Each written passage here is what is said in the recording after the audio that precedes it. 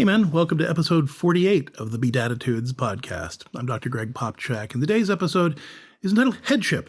We're going to talk a little bit about what being the head of your family really means. I do talk about this in the Beatitudes book, and especially in the first chapter, but really throughout.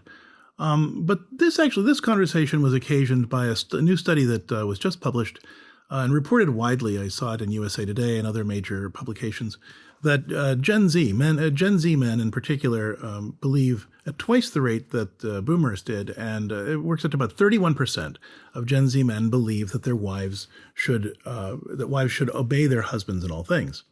And I was kind of struck by that statistic, and I thought it was a good opportunity to really talk about what headship is. Ephesians 5:21 talks about how husbands and wives are to defer to one another out of reverence for Christ. And then from there, St. Paul goes on to talk about what that means in the ways that we play out those roles. I think it's helpful, especially when you look at it. Let's walk through it, right? So men, right, are called to love their wives as Christ loves the church, offering themselves as a sacrifice to present her as pure and spotless before the Lord. We are meant to really love our wives, not as property, not as objects, but as persons who are beloved daughters of God. And it's our wife's job to put herself under the mission of us. And what our mission is to love her. So what really St. Paul is saying to wives is, let your husband love you. Now that sounds crazy on the face of it. Why would St. Paul need to tell a Christian woman to let her husband love her?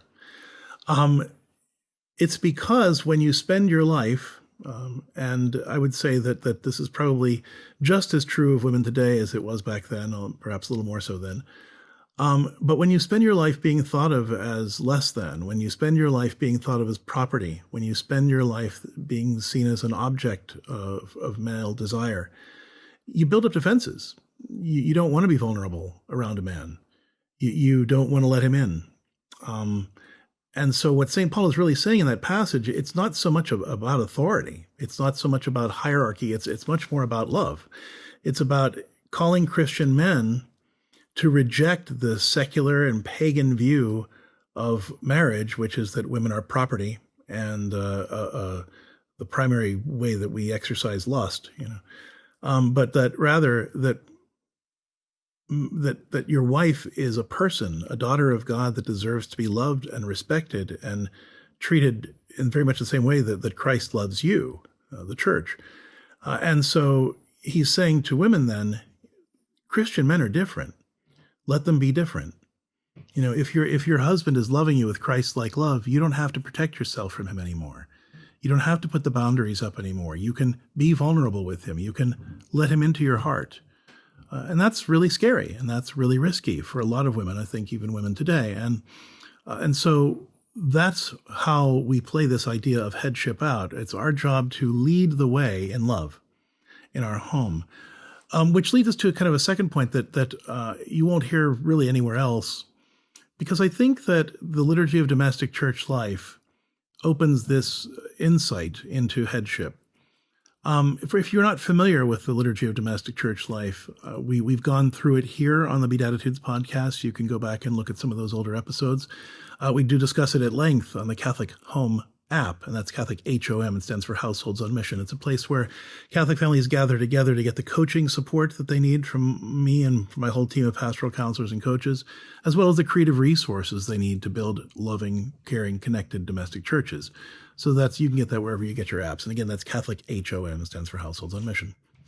But the liturgy of domestic church life is a framework of 12 habits that we found both in the literature, that was confirmed in a separate study that we did through Georgetown of Catholic families who exhibited greater than average closeness and successfully raised all of their children to a faithful adulthood. And these habits are also supported by the Catholic vision of family life.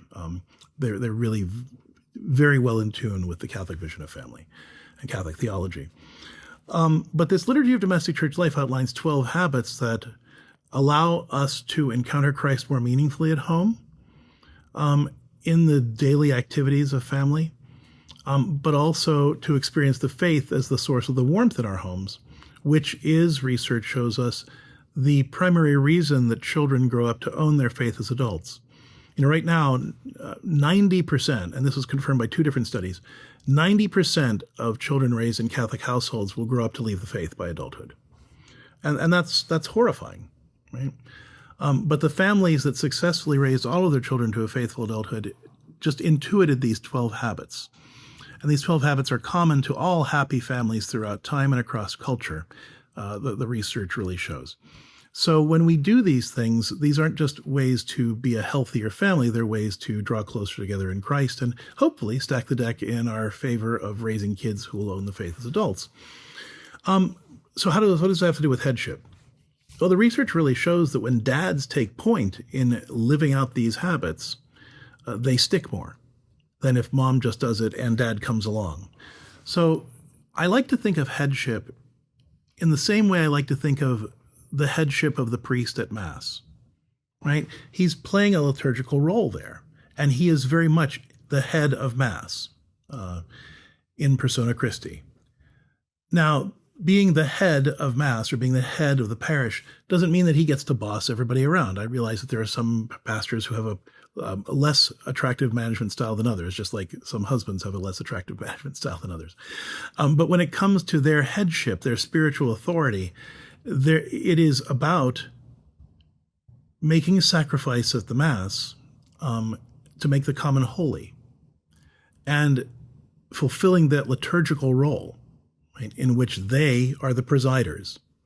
Well, we are the primary presiders of the liturgy of domestic church life at home. At least we should be. That's not to say that our wives don't play an essential role in this.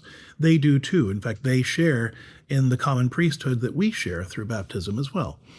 But research really shows that in order for these habits to stick, the dad really needs to lead the way. And so if we want to be heads of the family, what that really means is for us to take up our liturgical role as being primary celebrants of the liturgy of domestic church life. So, under the rite of Christian relationship, which is the first rite of the liturgy of domestic church life, there are 4 habits. In fact, there are 4 habits in each of the 3 rites. Those who are familiar with this is going to be review. But either way, are we taking the lead in helping our children and families prioritize family time? Or are we allowing the family to become overscheduled and running around? Many of us men like sports, and sports can be a wonderful thing to help young men and women get comfortable in their bodies, figure out who they are, learn how to be part of a team, learn how to play by the rules. All these things. There are lots of good character strengths that come from sports, but it can also be all-consuming. Do we allow our love of sports to swallow up family time? And do we think that we're having family time just because we're going to games? Because the research really shows that kids don't consider our presence at their games or our presence as booster parents to be time with them. They think of it as time with our friends and time with their friends. We happen to be in the same place, but we're not really relating. That's not family time. So are we as dads prioritizing family time with our kids and really seeing family life as an activity? So making sure that we have regular family meals, that we have maybe a family day where we do things together, then it's really reserved for that activity, a family game night that we protect. Generous affection and affirmation is the second practice in that rite of Christian relationship. Are we taking the lead in praising our children and building them up and letting them know what we're proud of in them? Are we being affectionate with them and really showing them what healthy love looks like? The third practice is prompt, generous, consistent, and cheerful attention to each other's needs, which is all about listening to each other and modeling the willingness to love each other more than our comfort zones. Am I taking the lead in listening to my spouse? Am I taking the lead in listening to my kids? And not just saying yes or no based on how I feel like it, but really saying yes or no based on whether it would be good for them and for me to do that thing. And would it draw us closer to each other and to God? If we did, then I'm going to have to love that person more than I love my comfort zone and learn to do it. And I model that in my behavior so that my children can learn that self-donative love as well. And then, of course, discipleship discipline is the fourth practice in the rite of Christian relationship, which is all about modeling the kind of discipline that Jesus models, the Good Shepherd, right? Where we don't condemn our children for making mistakes, but we help them identify what they were trying to do, and then we teach them how to do it better. And so we make it safe to make mistakes. We're not permissive. We just sort of allow mistakes to go and say, yes, keep it up. We correct, but we correct in love, and we correct with the recognition that this child was trying to do something good or trying to meet a need that is good, and talk through how they can do that better next time. In the rite of family rituals, which is the second block of 4 habits in the liturgy of domestic church life, do we take the lead in creating and sustaining rituals for working, playing, talking, and praying together as a family? Do we get the family together to, say, wash the dishes or fold the laundry or do some family project together every day, that allows us to show up for each other and to take care of our home and learn good stewardship? Are we taking the lead in making that happen? Play. Are we taking the lead in making sure that we have a game night or that we do fun things as a family? Or are we just letting our wife come to us and say, oh, I'd really like to do something as a family. We roll our eyes, oh, fine, as long as it doesn't interfere with the game or whatever, right? How are we actually taking the lead in celebrating that part of the liturgy of domestic church life and showing our children how to have fun in ways that are healthy and holy? Do we talk together? Do we lead those conversations of consequence, conversations about things that don't just naturally come up? Do we just settle into, what did you do today? Oh, nothing. How was school? Fine. Or do we ask, hey, how did God show up for us today? Let's talk a little bit about that. What about answered prayers? Did God answer any prayers today? What do we need to do to be a better team today and take better care of each other? If I'm leading those conversations, they carry more weight than if our wives lead those conversations. Again, our wife can do those things, but if she doesn't at least have our backing, or ideally our leadership in those things, they're not going to stick to the same way they would if we led them. Prayer. Again, are we taking point on family prayer? Are we inviting the kids together and then our wife to come and pray with us as a family? To not just, to say prayers, like to say the rosary, for example, because the rosary creates space for us to be able to listen to God. But it's very important, in addition to those meditative kinds of prayer, to ask God every day, Lord, what kind of family do you want us to be? How do you want us to take care of each other? Teach us how to be the family that you're calling us to be. And then we pray that rosary as a way of listening and creating space to listen, or that Divine Mercy Chaplet as a way of listening. But we lead the family in really seeking God's will. Same with discipline. We just did a CatholicHOM episode. Episode 100 talks about this. How do we discipline with Christ? By inviting God into that moment where I'm having to correct my child. Lord, help me be the dad that my child needs me to be, and help us to work together to figure out what they're trying to do and how I can help them do it better. And I'm praying that with them, right? How am I bringing God into all the little moments of every day? Because that is, again, my role, and that liturgical role as head of the liturgy of domestic church life, primary celebrant of that liturgy. And then the third rite of the liturgy of domestic church life, the rite of reaching out. Am I taking point in, for example, the first practice in generously serving each other at home? Am I leading by example by making sure that I leave every room a little better than I found it? And am I encouraging my kids to do the same? To leave the room a little better than you found it, to look for ways to leave the people that you meet better than you found them.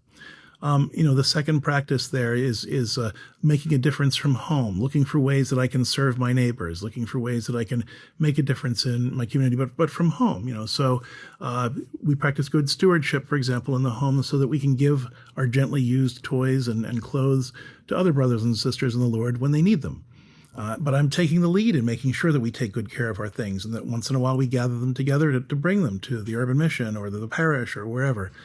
Am I making sure that when we leave the house, we're being a godly family in the world, the third practice in the rite of reaching out, where I'm encouraging our kids to make sure that they say please and thank you to the server or to the cashier, to the people that they meet, that we look for little ways to leave everybody we encounter a little bit better than we found them. That we're expanding that idea of working for others' good out to the community. And as we go about as a family, I'm making sure that we are being that godly family in the world in the way we treat others. And then finally, am I looking for ways to work together as a family? I'm not just always going off with the men's group to serve, or always letting the kids go off with the youth group to serve, or the women to go off with the women's group to serve. But once in a while, as a family, I'm looking for ways that we can serve as a domestic church in our parish or our community. By taking this is what headship means in the household, not bossing everybody around, not telling my wife to do, not insisting that she obey, and my children obey me. They're not extensions of my will. That's really the pagan vision of headship, of leadership, that it's autocratic, top down, do what I say. The Christian vision of headship is really liturgical. It's about facilitating that liturgy of domestic church life that makes the common holy, that facilitates encounters with Christ in my home, that makes the faith the source of the warmth in my home, and allows me to be the servant leader that shows my family by my example and by my teaching what it means to live that sacrificial love in the household that makes the common holy. And that's really what headship means. And so I really believe that on the one hand, it's good that more men are confronting the idea of headship and embracing it. But I think that as Catholic men in particular, we need to be witnesses to that liturgical vision of headship that has us taking point in celebrating the liturgy of domestic church life, which draws our families together, cooperates with sacramental grace to help our common messy families become real domestic churches, and then ultimately shows us how to consecrate everyday life to Christ. Thanks for tuning in. I hope that we'll continue the conversation on the Catholic Home app, but check out the Beatitudes as well for more tips on how you can be a dad after the Heavenly Father's own heart. God bless and thanks for tuning in.